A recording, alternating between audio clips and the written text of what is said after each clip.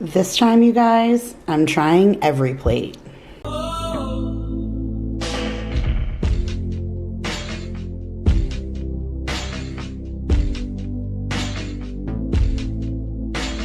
Hey guys, Kira here from 50 Shades of Mom, back to share another video, and in today's video we are cooking up some EveryPlate.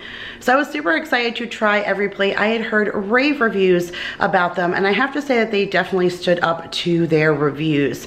Their recipes were super easy, the ingredients were fresh and flavorful, and I found that they are probably the most cost-effective, standing up against all the other ones out there. So I'm gonna take you down to my counter and we're gonna make 3 recipes today from EveryPlate. All right guys, so here is my box from EveryPlate. I am really excited to dive into this. From what I hear, this blows all of these other food delivery services away. And so I'm super excited to just kind of dive in, especially with the cost being as effective as it is. And from what I hear, the meals are delicious. So I'm gonna crack open this box and we are going to see what is inside.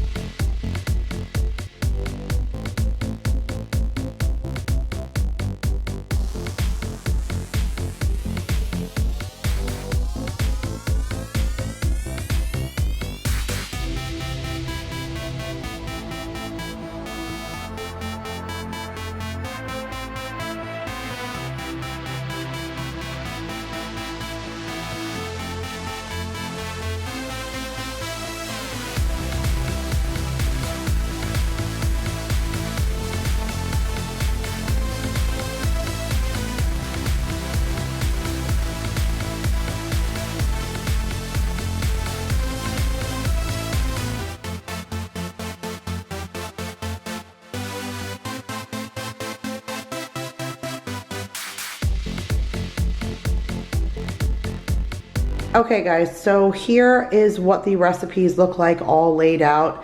And I will tell you that right off the bat, as I was taking it out of the box, I'm gonna tell you first off, different from every other box that I've done, these recipes are super simplistic. There's not a lot of ingredients, so if the flavor is there, this is the way to go. Blue Apron, HelloFresh, I feel like there's tons of ingredients and tons of steps through every meal. Not this. Very simplistic.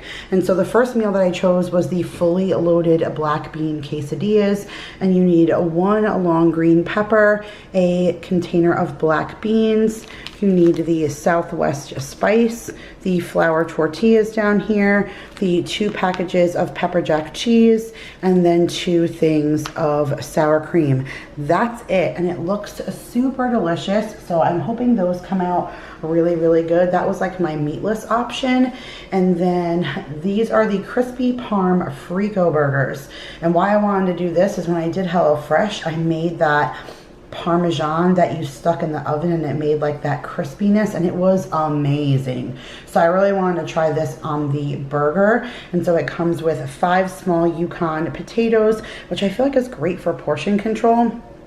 That's to make potato wedges on the side. So for 2 people, just a few, like 2.5 potatoes per person, I feel like is fairly reasonable when they're tiny like that as far as portion. And so you need some garlic and yellow onion, and then you need some potato rolls. They have a little pack of soy sauce here, and then the Parmesan cheese and the ground beef. So I feel like, again, another really simple meal. And then this is the linguine carbonara, which is the one I was looking forward to the most. And so here is the garlic for that. And then look at that delicious bacon. It's like thick cut, really yummy bacon. And then it comes with the linguine pasta, which is just about a ½ pound. And then it comes with peas and a thing of cream cheese spread, and then the shredded Parmesan that you need for that recipe. So I'm really, really, really excited. I'm not sure yet which one we're gonna do for lunch, but you guys are gonna see me make all 3 of these in this video. So the first recipe that we're going to make is linguine carbonara, which is actually something I haven't made. So you need a garlic, you're going to need bacon, you're going to need some linguine. They sent just about a half a pound, some peas, some cream cheese spread, and some Parmesan cheese. That is it for your ingredients, which I think is amazing. So the first step is always like your prep work. You're preheating your oven to 450 degrees. You're getting water on for your pasta. You're going to get your bacon in, your 3 cloves of garlic into a little boil with some olive oil to bake off. So I put our oven to 450, and then I'm using like a really good steel kind of pan to cook the bacon. I love doing that. And when you prop it up, it makes all of the juice drip down into the bottom, so your bacon isn't lying right in that fat. This was like amazing bacon. This is like that really thick cut bacon that I love when I can get it from like Walmart or something. It was really, really good quality bacon. And then it was time to shell our garlic. Just a little trick, if you did not know, to use the side of your knife and smash your garlic down, and it'll help crack and break the binding of the skin around your garlic so that the shell pops right off. So now the instructions want us to make a pretty little pillow to roast the garlic. So you're just going to take a tiny piece of foil, and you're going to salt and pepper and drizzle a little olive oil on your garlic cloves. And then we're going to stick it right on that pan that we put the bacon, and we're going to stick that inside of our 450 degree oven for about 15 to 20 minutes. And now that our water has a really good boil, we're going to salt that really good. The trick to good flavorful pasta is always salting your water. And then I am going to break my linguine. I do find that it's a little bit easier for my kids to eat that when it's broken in half. And yes, that's right, time for more garlic. Of course, you need more garlic when you're making an Italian dish. Garlic is definitely the way to my heart. So this part we're going to dice, because we're going to use this to flavor our peas and the rest of the mixture that's going to go inside of the pasta.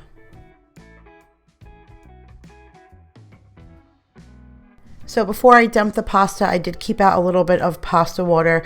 We're going to use that later to incorporate to kind of help everything mix and melt together. And now our bacon and garlic are ready. So I popped that out, and then I mixed through that olive oil that I put on top of the pasta so it doesn't stick. And then once I removed that garlic deliciousness from my cutting board, it was time to add the bacon there and chop that up. You want to give it a good chop, but you also want to leave some chunk, because this is going to be inside of your pasta along with the peas and the garlic. So you definitely want to give it some substance.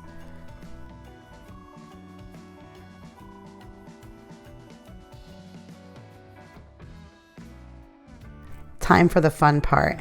So we have our garlic chopped, we have our bacon chopped, and now it's time to make this delicious garlic spread. This is your roasted garlic that we're pretty much just going to continue to manipulate down until you have this really yummy and creamy texture.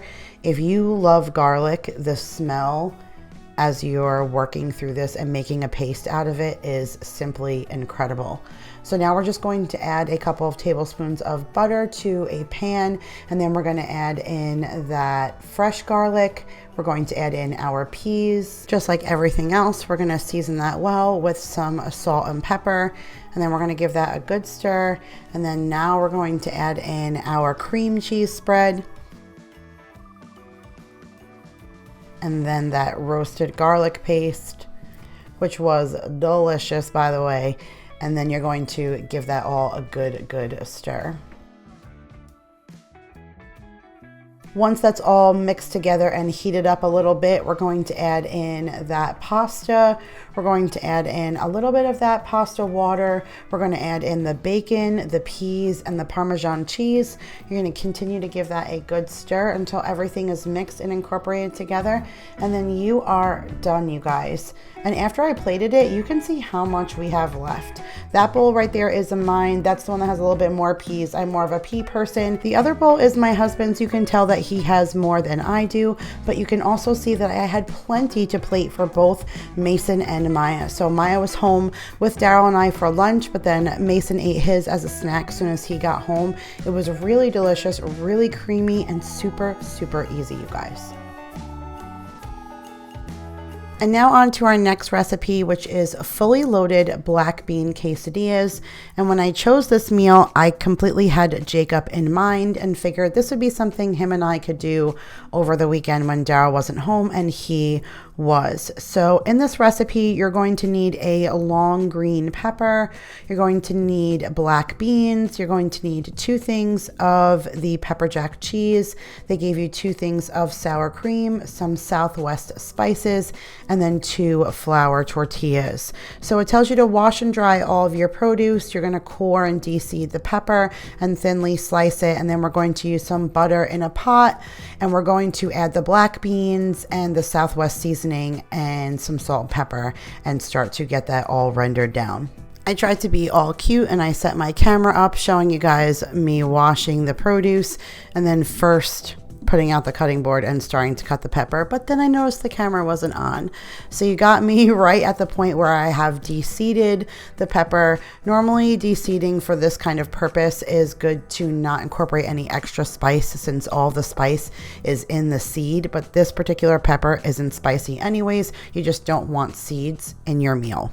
So now once that pepper is thinly sliced, into a pot goes 2 tablespoons of butter, the canister of black beans, and then it had said to add 2.5 teaspoons of that Southwest spice, but there was supposed to be some left over for the sour cream and there wasn't. I did have to use some of my own, but then we salt and peppered the black beans and then we left them on the stove to get a really good simmer.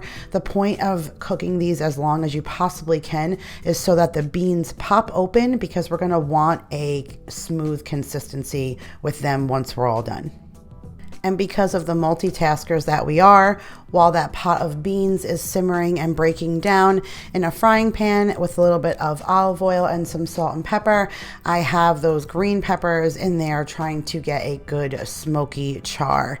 So once those are all broken down and our black beans are cooked and super soft, it wants you to mash them. So I'm using a potato masher. It tells you that you could use a potato masher or a fork. I did try with the fork, but I preferred the potato masher, and I did go back a couple of times to get the smoothest consistency that I possibly could, just because I know for Jacob, he's not really one for chunks of beans, but I know he likes the flavor.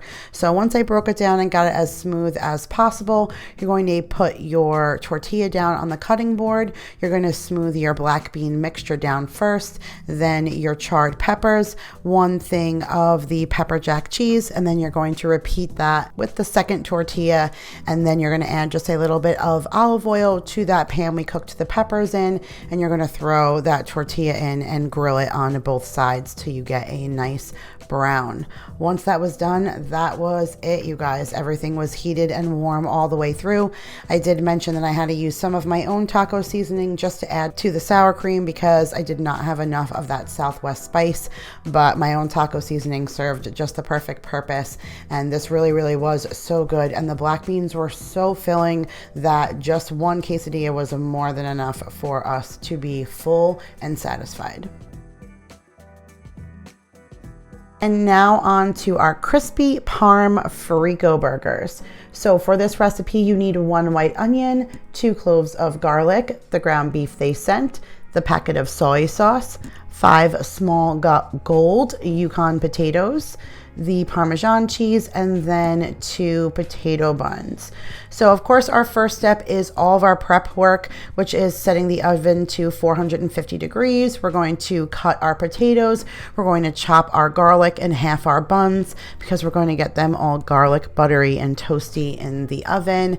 And so we're going to set our oven right now to that 450, which I must say was the perfect spot on temperature to make those potatoes good and crispy, as well as making that parm into those perfect frico patties. So good. And now, just like the instructions say, you're going to cut these potatoes into wedges.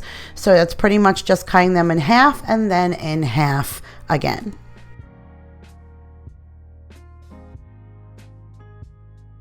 Once we're done cutting the potatoes, we're gonna work on finely chopping our garlic. The finer the better, because we're going to use this in the butter to coat the inside of our burger buns. And now we're going to chop our onions, which are going to be a topping for the burger. I like to peel off a good chunk of layers. I like that really fresh onion. So I always cut it in half, and then I run my knife along the center, and then I peel back a good 2 layers just so I can get that really good fresh and juicy onion. And it wants you to cut it super paper thin. So I'm showing you here as paper thin as possible, and you're going to continue to keep doing that until the onion is all cut.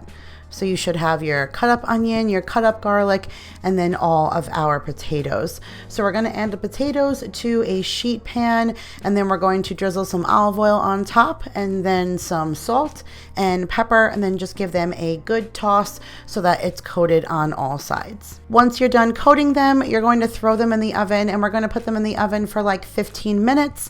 And then we're going to pop them out and add the Parmesan onto the pan in 2 separate piles. And then we're going to put that back in the oven for another 10 minutes.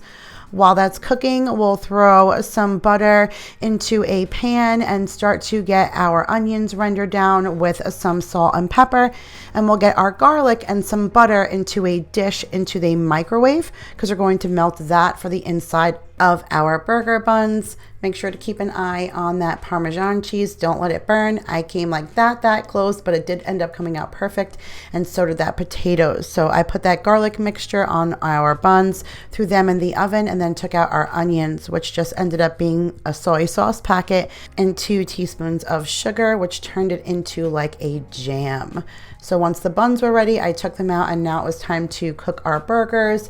And so I just salt and peppered them and separated them. I like mine a little bit on the pink side, but Daryl liked his a little bit more on the well done side. So I cooked our burgers to perfect temperature, and then I layered them.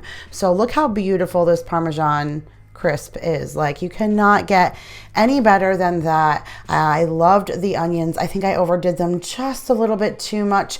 I would have liked them just a little bit less cooked than I did, but the potatoes came out amazing. I put mayo on top of that really buttery garlic bread. It was so delicious. Daryl did his with no onions. He doesn't like onions, and then he put ketchup on his, but we enjoyed this so much. I've never gotten that Parmesan to come out that perfect. It was like a perfect patty. It was a perfect compliment. We didn't need any other cheese. Those potatoes were so flavorful with just a little bit of olive oil, salt, and pepper. Like, absolutely amazing meal. Okay guys, so that's it for today's video, and I hope that you enjoyed. If you liked the recipes that you saw here today and you too want to try out EveryPlate, I have a link right in the description box that will save you 20 bucks off your first order. Now, like I said, this company is pretty cost effective. So that package that you saw me cook up, 2 servings for 3 meals, is only $29.95 plus shipping and handling. So at least that gets you an option to try a package like this for just $9.95, which I feel like is a great price if this is something that you've always wanted to try. If you do try, make sure to comment down below and let me know what you think. Also, don't forget to give this video a big thumbs up. I love you guys all so much, and I'll see you guys in the next one. Bye.